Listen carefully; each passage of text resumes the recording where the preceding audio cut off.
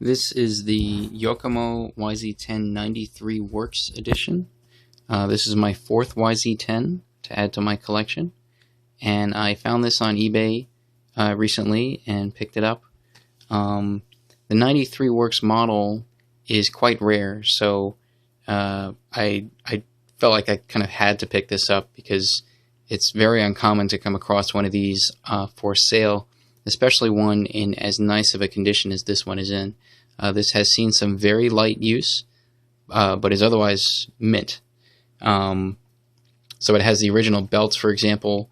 This is the first YZ10 to use belts made by Pirelli. I believe it was the only YZ10 to use Pirelli belts, and it has the front and rear original Pirelli belts. Very hard to find, I would imagine. So let's go over the actual chassis itself and how it differs from previous YZ10 models. So basically, before the 94 YZ10 came out, all of the Works models, the 91, the 92, and the 93, were based on the 870C platform. Okay. Now the 870C, let me go back a second. Going from the 870C to the Works models used wider suspension arms in the front and in the rear. So you can see here, if I just flip this over, right? These are, trust me when I say this, wider arms than what you got on the 870C. These arms are actually comparable in width to what you get on the 94 YZ10. Okay, so the idea there, when using a wider arm, is that you get less tire scrub, which means that if you have a longer arm, the wheel covers a larger radius arc as the suspension compresses. And so going from full droop to some amount of compression, the wheel is not pushing out before it comes back in. With narrow suspension arms, you get that tight arc, and that leads to resistance, extra resistance as the suspension is compressing. So you get smoother suspension not only from that, but also from having less camber gain, because again, suspension arms are wider, your camber link is wider, and so that generally means you have less camber gain, which means the camber is changing less dynamically as the suspension is compressing. So smoother suspension.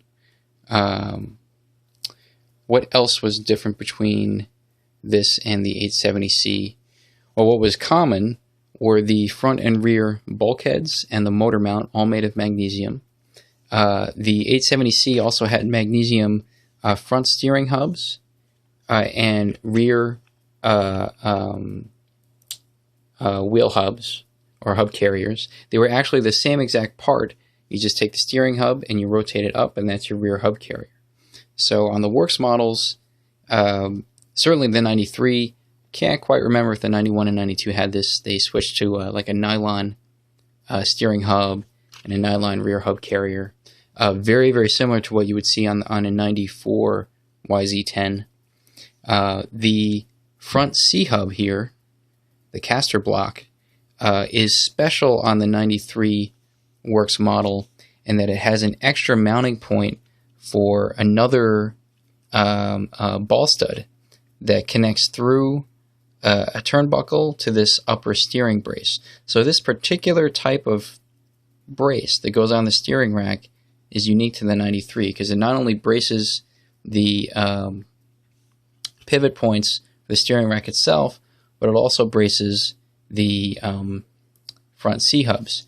And the idea there is that you would get less slop in the suspension. I haven't quite figured out exactly how this works, but supposedly it reduces flex in the front suspension. Another element that was developed for the 93 Works to reduce slop were these tie rods here, or these turnbuckles, one set at the front and one set at the rear. Okay, so the hinge pins that go through the bulkheads were made a little longer to accept a ball stud on the ends of the hinge pins. Then you have this turnbuckle that came in, and the idea is this turnbuckle will be set a little tight to force those hinge pins sort of to press them together a little bit, so they're being pressed against the bulkhead. So what that means is that when the suspension compresses, the arm is pivoting through the hinge pin, rather than the hinge pin pivoting through the holes in the bulkhead. So that it reduces wear on the bulkhead. Again, that reduces slop, keeps your suspension a bit smoother. The front and rear shocks do look a bit like older AE shocks, associated shocks, but there is a small difference. I looked through the manual for the 93 Works. This chassis that I got came with a manual, the original manual in Japanese, strangely. Anyway, the shocks themselves, it looks like the seal part of the shocks were already pre-built. So I cannot speak to what the seal arrangement is. In the older associated shocks, you had a nylon spacer, and then an O-ring, a thicker nylon spacer, an O-ring, and a thinner nylon spacer. It's a very good seal system. I don't know if that's exactly the system that was used in here, but these appear to be anodized aluminum shock bodies with the classical gold Yokomo springs. There is a C-clip at the bottom of the shock body that holds the seal in place. This is unlike the associated shocks where you clip it in from the inside of the shock body downwards. Okay, so these aren't associated shocks; they're Yokomo shocks, but they do look a bit like associated shocks.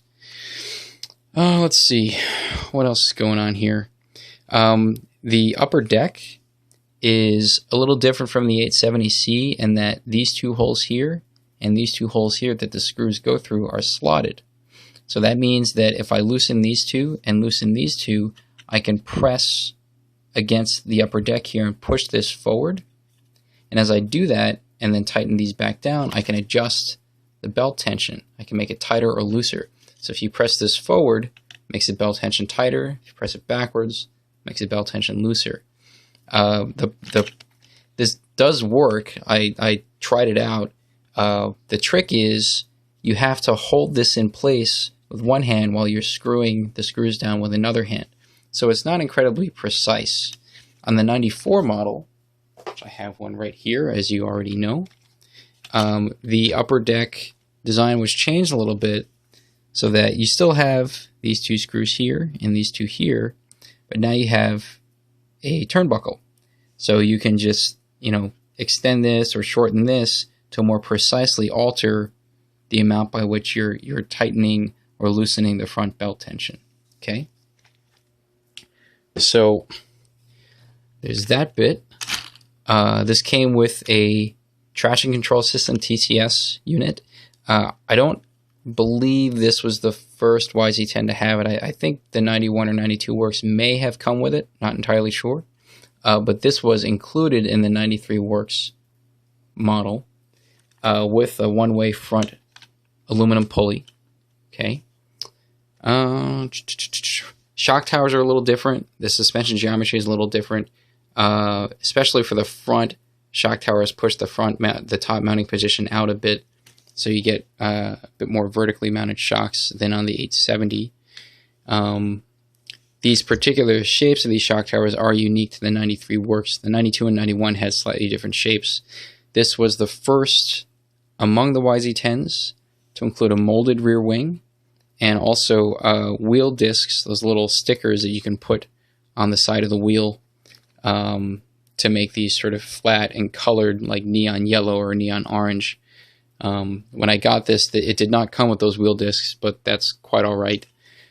This wing, although it's a little hard to see on camera, it does have a few minor scuff marks, but is otherwise in very, very good condition, as with everything else on this chassis. Let's see, the diff outdrives for the front and rear diff pulleys, these were lightened compared to previous Works models. So if you have a lighter diff outdrives, that means less rotating mass. You can get better acceleration. I think that's it. At least that's all I can remember about this chassis. I like it because it's quite cool. I do like this idea of the front brace here and the front and rear turnbuckles to sort of eliminate or minimize suspension slop. I also think it's just quite a very cool looking buggy. This is the last of the YZ10s that were based on the 870C platform. So this 93 Works basically represented the pinnacle of what Yokomo was able to achieve with this chassis before moving on to the 94 YZ10, which was almost a complete redesign. I mean, you can see there are some elements that were carried over, like the front C-hubs. The front C-hubs on the 94 don't have that extra bracing piece here, but apparently it wasn't exactly needed. The suspension arms are about as wide on the 94, but they do have a different shape. They're not flat like on the 93 and all the other Works models. These have an actual kick down so that you can get a little bit more droop on your suspension, so you can get a little more ride height, better jumping performance. The front and rear bulkheads were nylon, so a lot of the parts on this chassis were converted from magnesium to nylon. Upper suspension arm link, which is not like what you had here. This is just a turnbuckle. The whole front gearbox and bulkhead is nylon. Same for the rear. The only thing that was really carried over was the motor mount. This magnesium motor mount, exactly the same part as on the 93 Works and all of the previous YZ10s.